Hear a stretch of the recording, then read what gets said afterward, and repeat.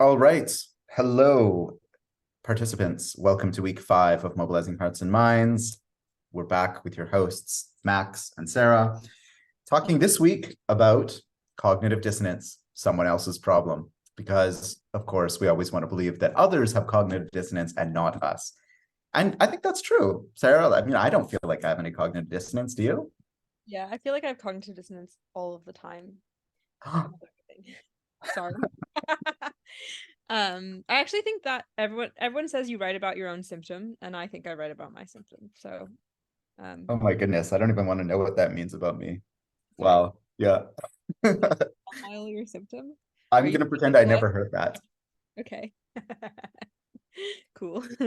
Um, I'm excited about this week and I'm disappointed about this week. I'm excited because we're discussing your work from your dissertation on cognitive dissonance. And I'm disappointed because unfortunately I can't make it on Tuesday due to family obligations, my father's birthday, which I can't miss. So yeah, the students will have or participants, I should say, will have the benefit of talking with you more about these topics. But I guess today we're going to kind of walk through some of the key themes in this part of your dissertation that you've given us to read. I learned a lot from it. As I've learned from your work on cognitive dissonance in the past, we were thinking that maybe the way to start this episode would be just to relate that we actually met when Sarah came to an ill-advised commune that I was trying to live in at the time uh, to give a presentation on cognitive dissonance. And I can definitely say that getting to work with you was one of the best outcomes of living in that commune. 100%. Yeah. It was like the good upside of that situation, which was very Yeah, yeah, definitely. And yeah, your presentation was really, really compelling. And it really, I think I'd always been really curious about what the left could learn from cognitive sciences and like what we were missing. I grew up like I came of age as an intellectual and as an activist in an era that was dominated by very, very strong like social constructivism, where the idea was that like basically everything about our minds is a sort of arbitrary social construction. And there's nothing there that we can learn from the cognitive sciences. The cognitive sciences are by their nature reactionary. I remember taking courses where this was like a kind of a major theme. I sort of came of age in the shadow of the science wars, so to speak, where cultural studies as a field, which is my sort of home field in critical theory, took it upon itself to attempt to debunk the fundamental epistemological bases of the sciences. Um, but as I went through my political and activist life, I felt more and more that things were lacking, and I think especially since the sort of mid 20 teens, it's been really evident that the right and the far right have been leaning into cognitive sciences in a really intense and major way, and using some of the insights there to make incredible gains. Which doesn't necessarily mean that the insights there are 100% true for all humans across all civilizations, although maybe they are. not at But all. I actually almost put something in about this, but let's come back to that point at the end. let's definitely come back to it. Back to that. Yeah. But it does mean something, and I wonder if you have a better language for this than I do, that sometimes an insight that is not 100% correct can still be useful for people. Like I think about a concept like, for instance, we talked earlier in the course about false consciousness. And Yeah. we kind of know that false consciousness it's not a perfect model of the world. It doesn't represent the world accurately. There's a lot that concept leaves out, Yeah. and yet it can actually be useful in certain sorts of ways. Is there a word for that you know of? I think Well, it's wrong yeah, but I was useful. actually going to use a different term, which is related, which I use in my thesis really briefly, which is triangulation. Do you know this Oh, term? I No. know So, from other circumstances. yeah, I mean, okay, so in like therapy terms, it means something completely different about like weird dynamics between three people, and we're not talking about that. But in sociology, especially, people talk about triangulation to talk about how there are these like phenomena that look really different depending on your methodological lens, but they're kind of like there regardless, right? Hmm. So it might be, for example, that you're thinking about like, I don't know, something really horrible like violence against women. And then when you look at that through the lens of like feminist theory, it's all about power dynamics. But when you look at it through the lens of something like public health, Hmm. you're kind of thinking about it almost as something that is like almost like a pathology, and public health people can talk about how, like, if the soccer team loses in a town, there's a lot more domestic violence, and so it's a pathology in the sense, A, that it's bad, but B, that it's triggered by certain environmental factors, right? Hmm. Like, feminist theorist probably doesn't necessarily want to theorize for a bunch of different methodological reasons, not least of which that it seems to deny agency to people doing that bad thing.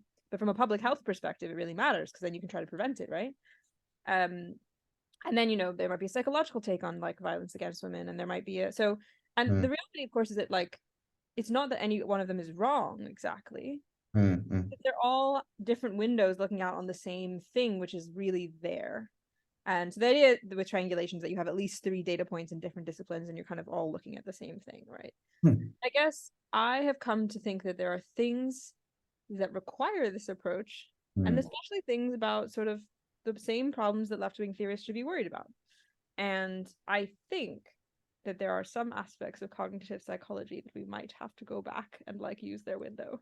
Yeah. Um, Even though it's bad. And I want to say, that I'm not naive about this. Like, I've spent a lot of time looking at the replication crisis, noticing that like a lot of social psychology experiments are not only not replicable, but also just like deeply immoral and weird. Um, you know, um, and also, and actually we'll come back to this at the end, but like a lot of the findings of cognitive science and social psychology, even if they're replicable and aren't involving torturing people, are culturally specific in a lot of ways. And dissonance theory is one of those. It's an Hmm. interesting one because it's not that it doesn't happen in other cultures. It seems to happen across cultures, but it happens differently. And however, I think in the case of dissonance theory and quite a lot of other findings where they do replicate across cultures but look different, we're actually learning more because of that. Like, it Hmm. becomes more of a reason to study these things rather than less. Yeah. It tells us something about our own specific psychology of our own specific like Western moment, right? Western late capitalism moment, in my view. So yeah, I'm not gung ho on cognitive science where I'm like, this is the best thing ever for all things. But I do think that there are phenomena we can't look at without that window. Hmm.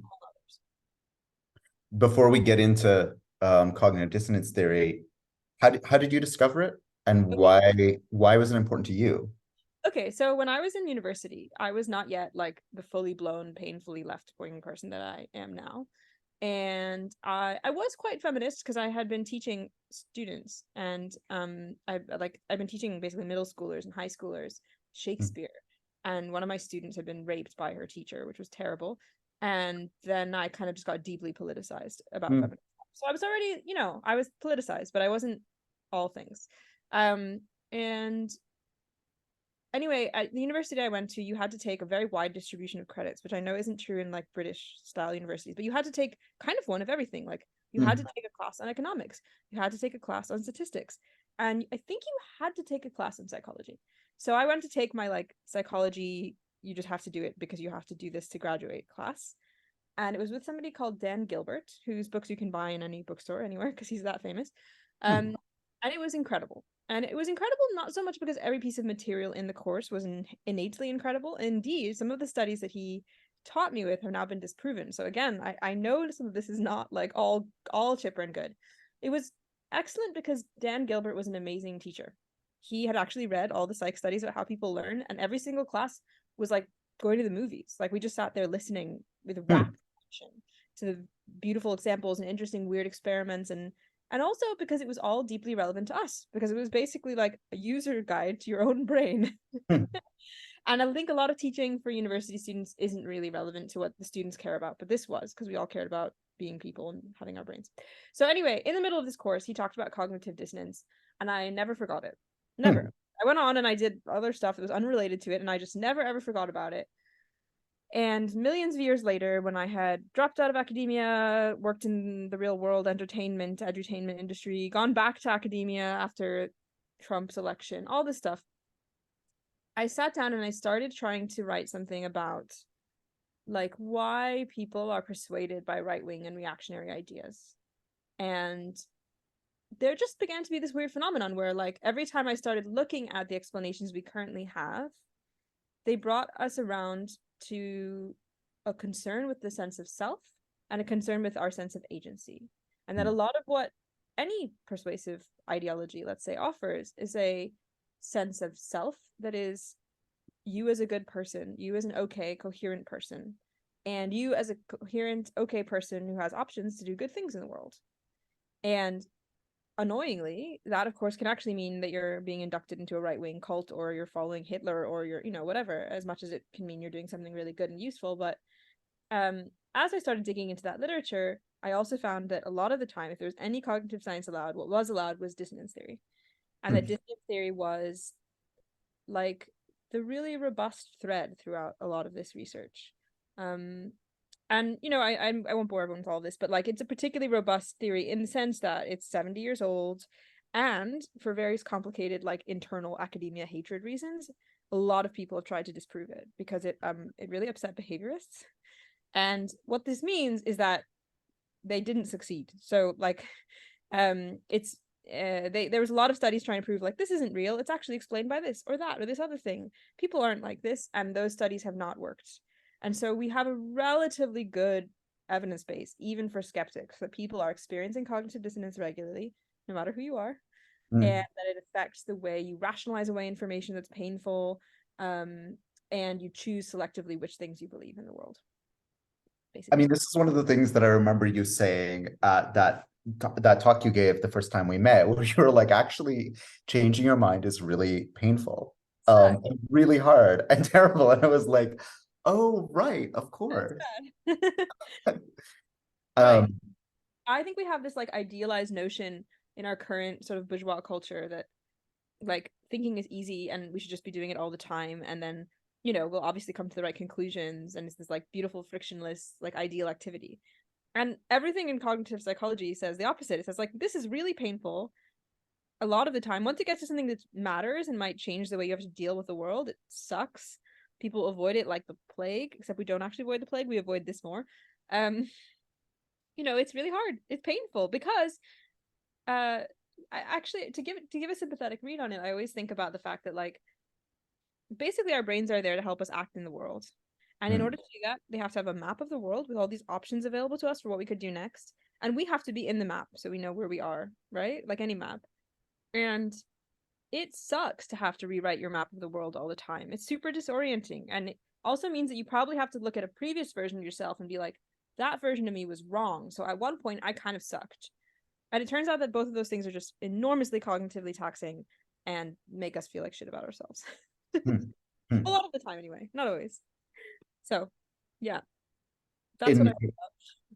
in the paper that you gave us to read, you talk about sort of two, let's say, means of avoiding this pain, rationalization and confirmation bias. Yeah. What These are are those? okay. So, rationalization is when you notice. So, just to go back to dissonance theory for a second, the main Yeah. definition used like all the time is that dissonance theory is discomfort. It's actually usually in the psychology literature referring not just to contradiction, but the discomfort we feel about that contradiction. Hmm, And this discomfort is, for some theorists, actually like measurable in an MRI machine, although we measure it a lot of other ways. There are a lot of other ways you can measure this kind of discomfort, like the way people behave. You can notice their heart rate rising. I mean, it's quite complicated, but it's the theory is that people feel discomfort, and they feel discomfort when there's a contradiction between two or more of their beliefs or actions. So with rationalization, you might have, I mean, the classic one that people talk about a lot is smoking. Like nearly all smokers in this world know it's bad for them, right? But they do it anyway. And what you find when you talk to smokers about that, especially if you bring it up, is that they start generating creative ass ways to make that contradiction feel less annoying and less of a contradiction. And so hmm, they'll say things like, oh, yeah, I smoke, but I only socially smoke, so it's not as bad. Or like, oh, I smoke, but it keeps me thin and being fat is bad for you. So actually, it's kind of good for me that I'm smoking, which to be clear is not like a public health fact in any way. Um, and I used to go running before I realized it would destroy my knees. And I remember, I would always have clever rationalizations for why, even though I knew it was good for me to go running, I wasn't going to go running today. Oh, it's rainy and I'll slip and fall. And oh, hmm, actually, it's good to have some rest days. And so our rationalizations are like our brains extremely usually clever and intelligent ways of reconciling contradictions so we can like move on with our lives, essentially. hmm. Um, and we all have to do this because actually we live in a world that is just inherently full of contradictions, and we have to keep going. And I think this is something that we should be sympathetic to, even though Mhm. it often leads to bad things about human beings and their political consciousness or their even like life decisions. Yeah. Makes sense that if we actually had to stop and think about all of the contradictions in our life all the time, we would just sit on the floor and cry. Like we wouldn't Yeah. be doing stuff. So Two quick interjections. I mean, one is just to recall back to that survey on the authoritarian personality by Adorno and his colleagues, where they kind of point out that one of the features of the fascist personality is this kind of hyperbolic allergy to contradiction and to there being multiple things that might coexist that are contradictory at once.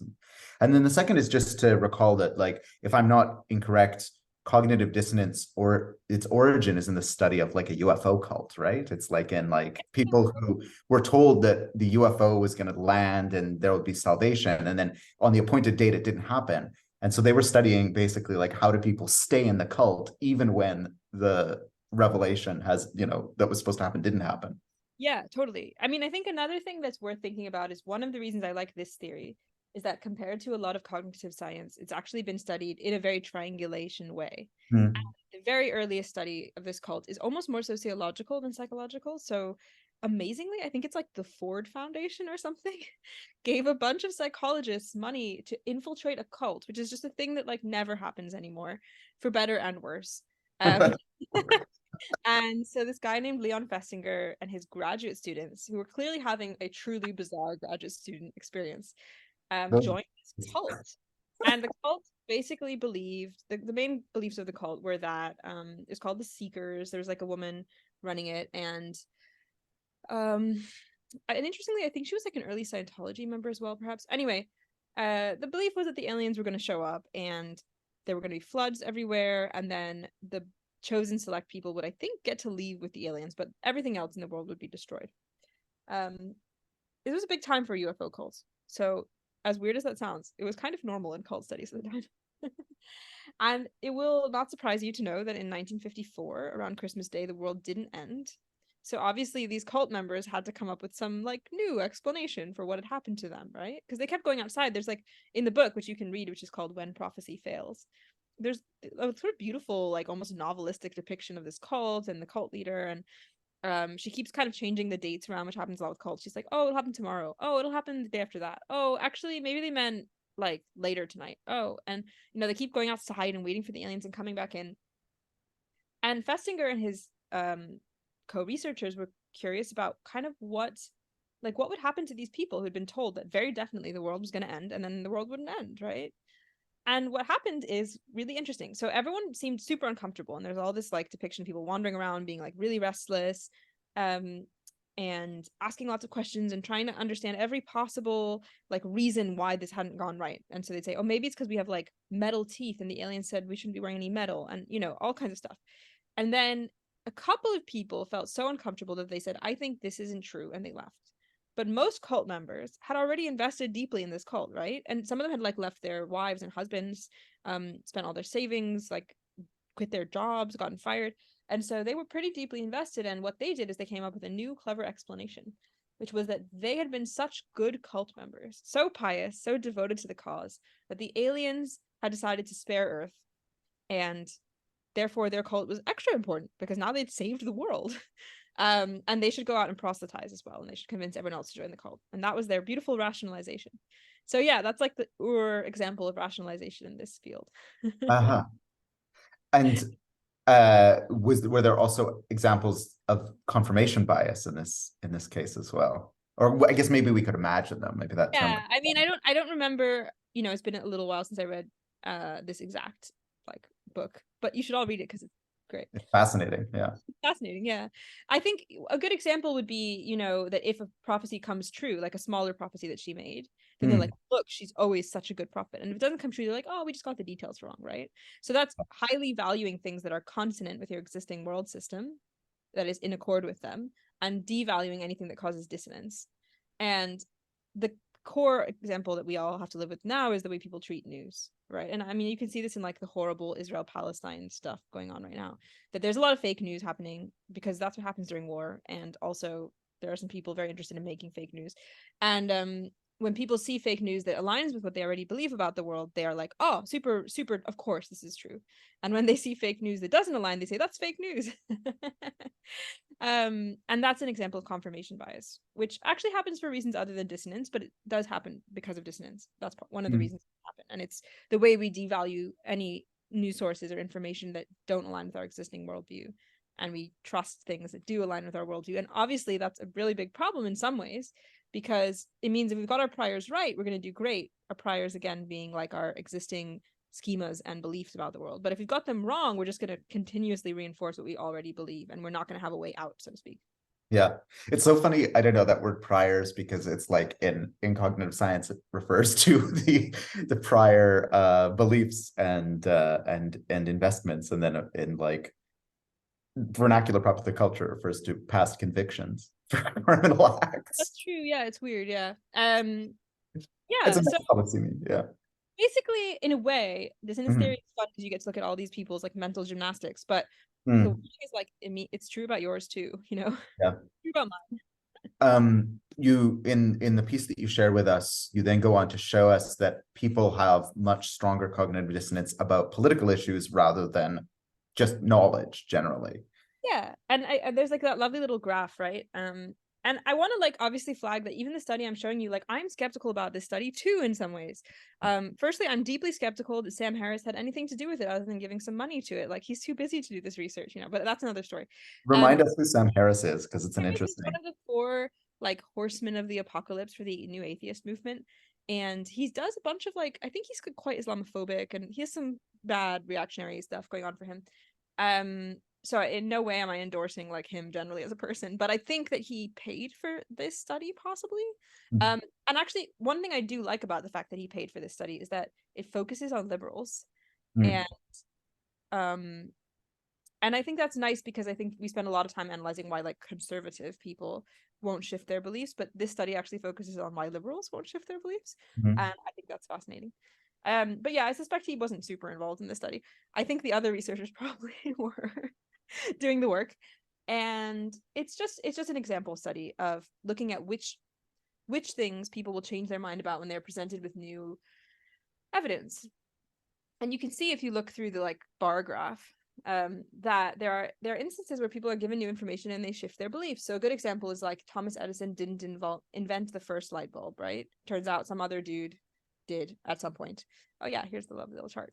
And you can see I have no idea what the scale. I mean, I don't know what a 3 out of belief change is, but I assume it's pretty good. Like what this means is that when people were told that Thomas Edison didn't invent the light bulb, they immediately changed their views. And also, when they came back to the lab later, they basically continued to believe that Thomas Edison hadn't invented the light bulb because it's not true.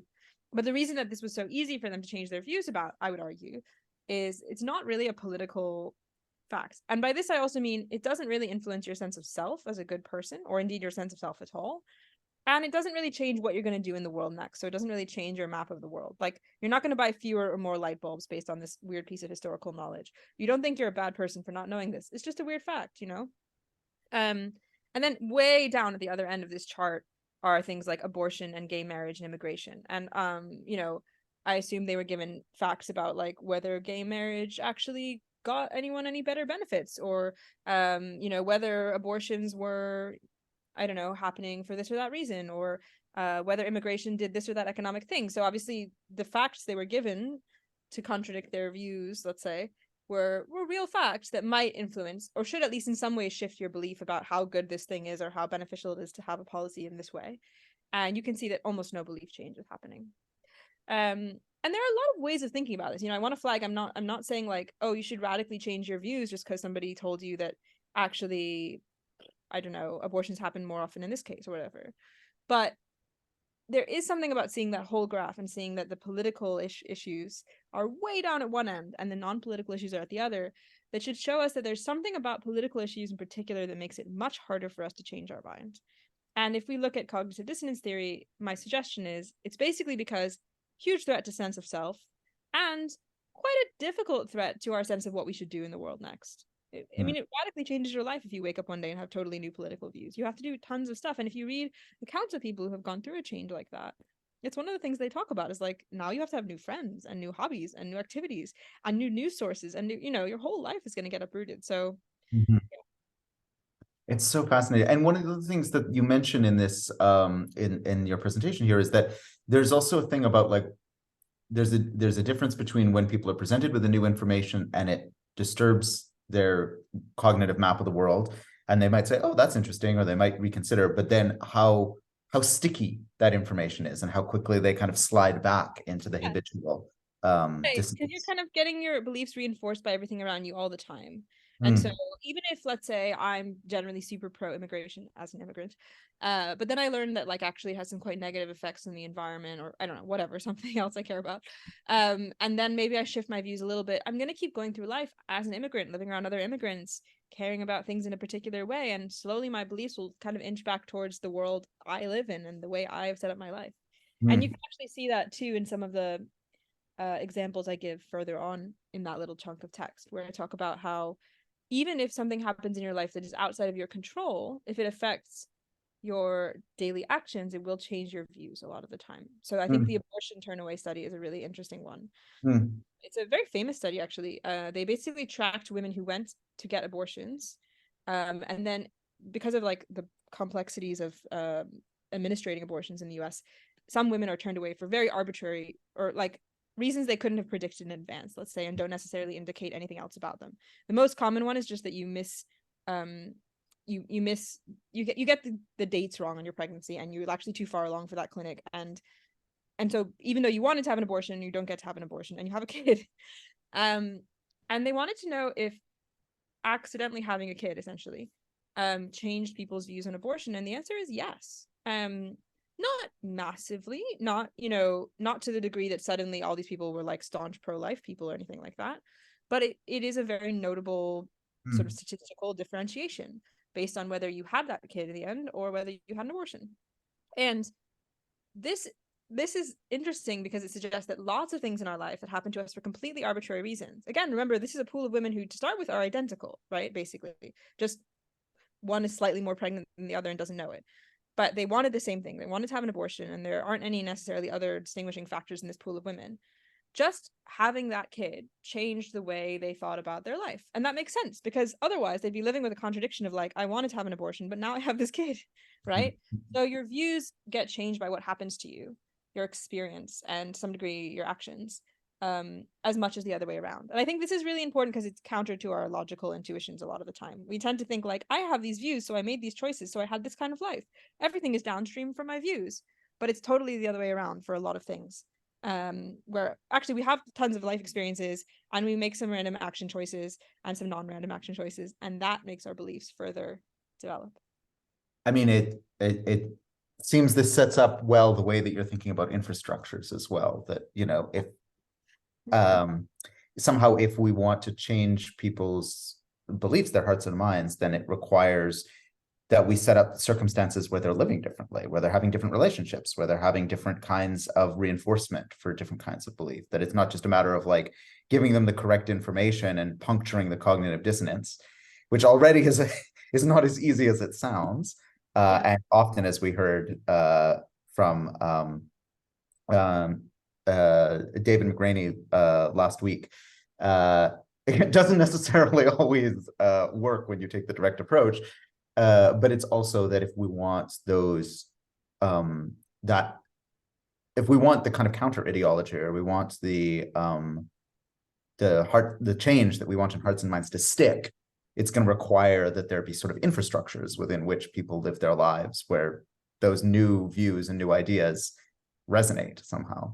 Yeah, exactly. And I want to say one more thing briefly about this, which is like, um I think once I began to think about beliefs as often downstream effects of structural limitations in our lives, Mm, it made me less anxious about this question of like, oh, but when we persuade people, aren't we manipulating them and aren't we harming them? mm, Because I think that anxiety, well, it's understandable in certain ways, and like no, none of us want to go have our like brains rewritten by a robot because we kind of value our sense of ourself as we are, and there's some intuitive sense of discomfort about that. Maybe not, I don't know. oh yeah.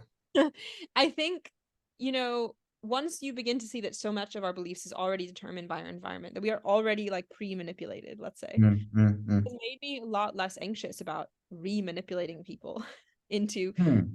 better, let's say, ways of thinking. And I mean, I think there are a lot of things I would be quite anxious about manipulating people into doing, but I find that when I can reasonably say that a set of beliefs are either oppressing people or those around them, I'm pretty happy to like give them a new environment where they're going to come to believe that they shouldn't be doing that.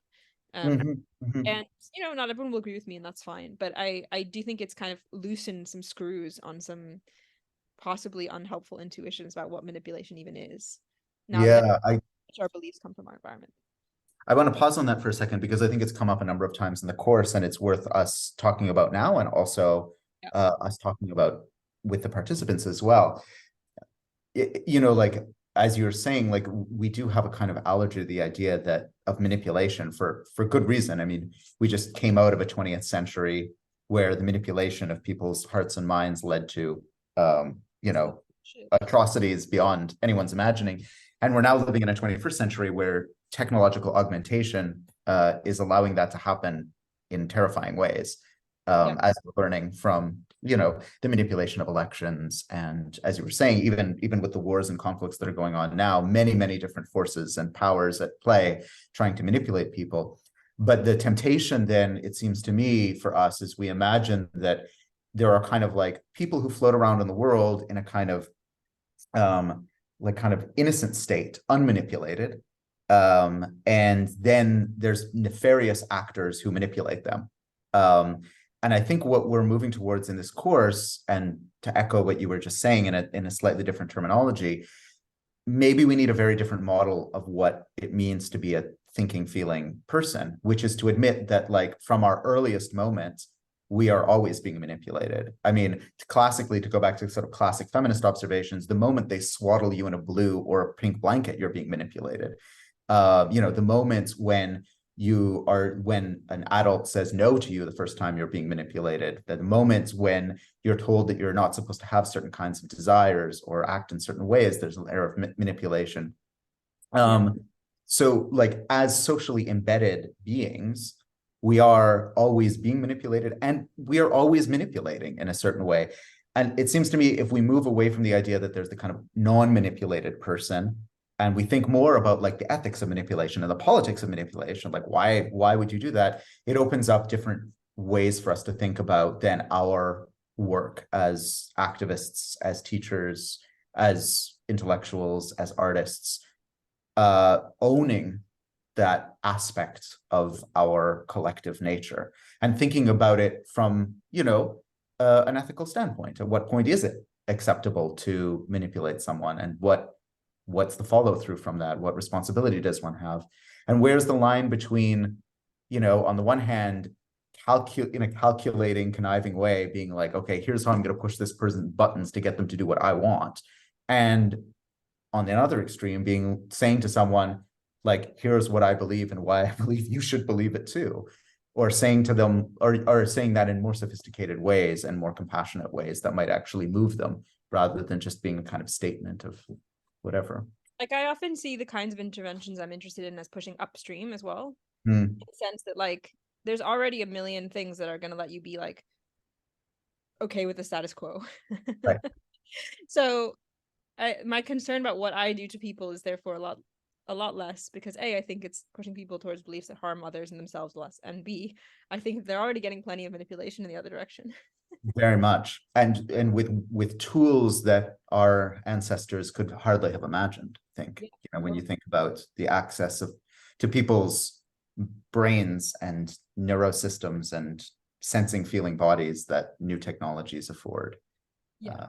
We're we're the upstream stroke is a tough one against that current, that's for sure. Yeah. Yeah. So Um, the distance theory, we've got all these like ways of like shaping our mind from it that are often harmful, not always, but often cause us to rationalize away important facts about our world that are uncomfortable for us, or to only listen to sources that already confirm what we think. right.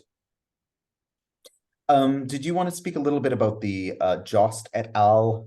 Social inequality and the reduction of ideological dissonance on behalf of the system, Yes. evidence of enhanced system justification Oh, among the yes. disadvantaged? Oh, the Oh bargain. Sexy. Okay, yes. I'll just say like my thesis is 100,000 words long right now. So my God. I'm not gonna read that thing.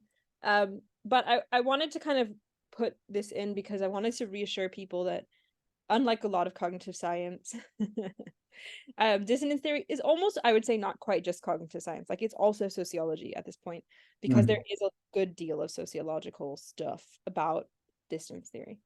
Um, and Jost is the most famous guy who does this. I think he must be completely nuts. And I mean this as an utter compliment. Like he kind of stomped around in a field no one else cared about and was like, guys, look at this evidence I have. And he basically just looks at whether people think the system they live in is fair. mm, And then he controls for lots of like factors about their world and their like income level and gender and where they live and all that stuff that you have to control for in statistical studies. And what he found in a number of different surveys, which are kind of briefly listed here, is that people who are in fact like systematically oppressed in a system will often believe it is fair more. Which might sound nuts, right? Like it's kind of the opposite of what you'd think. You'd think that like Black people would think the system is more racist, and actually they do in certain contexts. But the contexts he's found here, which are listed, is that within a certain framework anyway, there is a category of people who are like, let's say, working really hard to make it work for them even though they are underprivileged and or mm, oppressed, right? He talks about like Latinos who are not doing great, but they are like going to work every day. They're kind of that level of working class person, right? And they actually think the system is more fair. And the basic explanation for this, which he feels is tied to dissonance very strongly, though there are other factors, is that if you spend all of your time just like striving really hard within a certain system, it is more painful to believe that that system is going to treat you unfairly because you've already invested like all of this effort into like getting by. And so essentially this American dream ideal of like if you work hard you will eventually succeed and life will treat you fairly is more appealing in some ways to people who are in fact less likely to succeed because of various like structural, environmental, racial, etc. factors. Um, and that's just basically because it's too much of a contradiction with what they have to do every day to get by. And I think this is really important and also like a big debate. And if you remember, for those of you who read Abercrombie and oh, I'm just forgetting the name of the other person. I want to say Fitch, which is hilarious, but it's not. Anyway, not Abercrombie Fitch, Abercrombie and the other sociologist. This is actually, Hill and Turner. thank you, yes. It's directly in contradiction with what they are suggesting, right? And I think it's important to note we're giving you both of these people. Like you can go and try to draw your own conclusions about their disagreement. Mm, But Jost would say that within certain controlled circumstances where we can look at things deeply, Abercrombie and co. Say that it's actually those who are in a position of power who need ideology to mm, justify the system because the working class people kind of know it isn't really working for them. But Jost is saying that in some cases it's the other way around because the people who are benefiting from the unjust system can actually admit to themselves it's not just for whatever reason. He says statistically they kind of know that there are things about the system that are unfair. And perhaps that's simply because they don't have to try as hard in the system, so they don't have to rationalize their actions of trying really hard. right. Um, I think this is worth exploring in more detail, but probably not in this video, which eventually has to end. But yeah, that's kind of what Jost is doing here. He's some of the sociology, and he also brings us back to this ongoing debate about like who even believes ideology and why, you know. Mhm. I mean, it makes me think to the work that I've been doing in the last couple of years with Amazon workers, drivers, warehouse workers, mostly rank and file, working class folks, many of them from migrant backgrounds in the United States and Canada, but also elsewhere. And, we were doing work where we would watch science fiction films and read science fiction novels with them. And eventually the project, they wrote their own science fiction novels. And this helps me understand something about, on the one hand, they had very, very active dystopian imaginations about like we asked them, what will the world after Amazon be like? And they were like, it's not going to be good. No one was like, things are going to be great. Um, Oh, and yet no. at the same time, there was a real belief that people had, that their personal like their view is that the working class is going to get ground under the inexorable boot of Jeff Bezos as he leverages himself into space. But their view about themselves and their own relationship to the company tended to be much more positive. And it would add credence to this argument, I think, that, you know, they're going to work every day, and to believe there's a kind of cognitive dissonance here. On the one hand, they do know that the future of the company and the future of the working class, including them, is grim if Amazon gets its way. And yet at the same time, they believed on some level that their own fate would be improved by hard work and, you know, playing by the company rules. And they felt that Amazon was a hard but fair workplace in a lot of cases. And to the extent that they thought it wasn't fair, rather than saying it's the result of the policies of a multi-billion-dollar corporation that only wants to abuse our bodies for its profit, they would say, well, it's the fault of this manager or that manager, sort of a personalized explanation. Yeah, and I think that actually applies to all of us. Like, I don't know, I went to super elite universities, and I don't think even I, the grumpy Marxist in the corner, ever fully disillusioned myself from the fantasy that, like, but I personally will succeed. And Yeah. it's because I am brilliant and interesting and unique and different, and people will value me. And therefore, like, yeah, the system is bad, but also it will somehow reward me for my true merits as a person.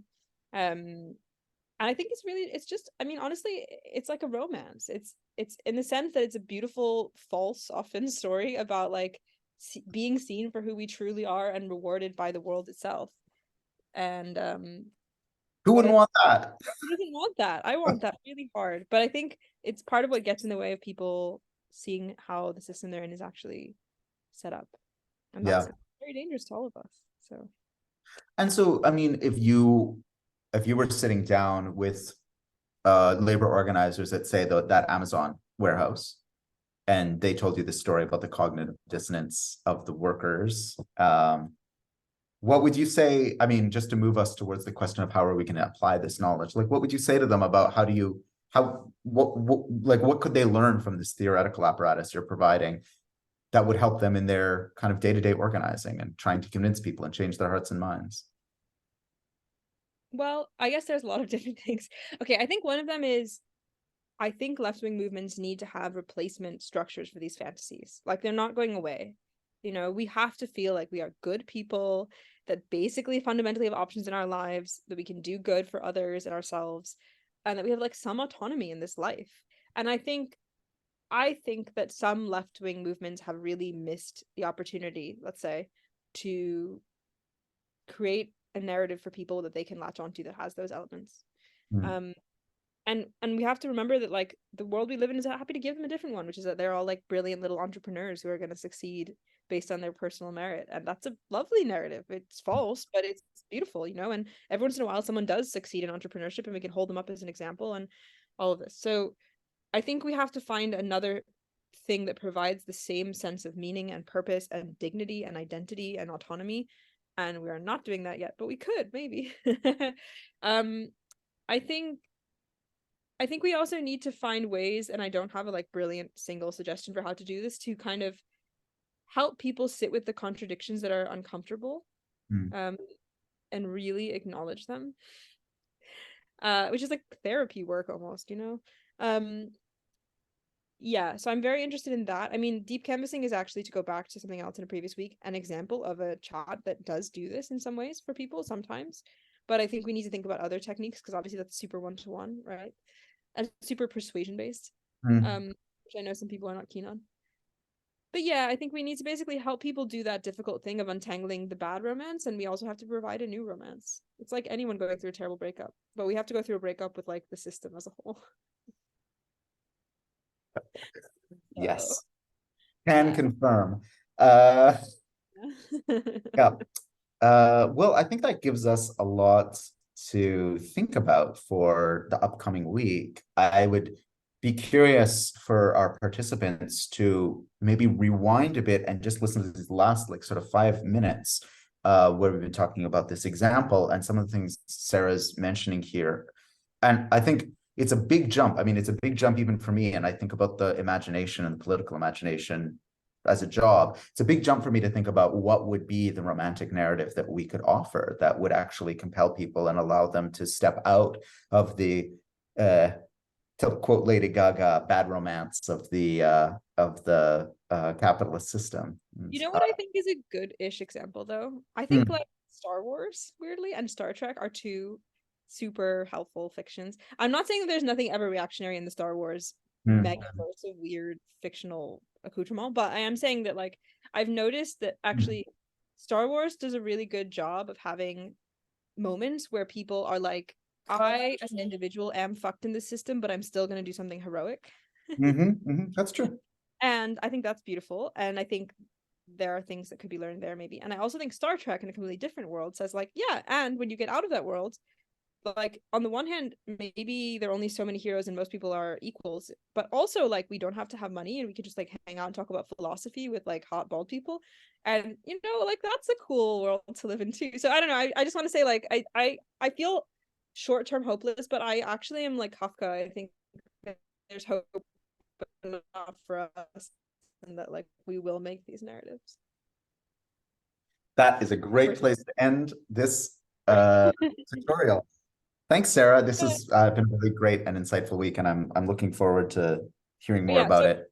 Please just bring questions to class. Please either listen to this or do the readings and bring me questions, and we'll have a big chat, and I'm super looking forward to it. Yes, yeah. Just to reiterate that, please think of at least one question that you really want to bring about what Sarah's written or some of the other stuff, and we'll use that as the basis for the chat because we're switching formats a little, trying something a bit new this coming week. Yay. Great.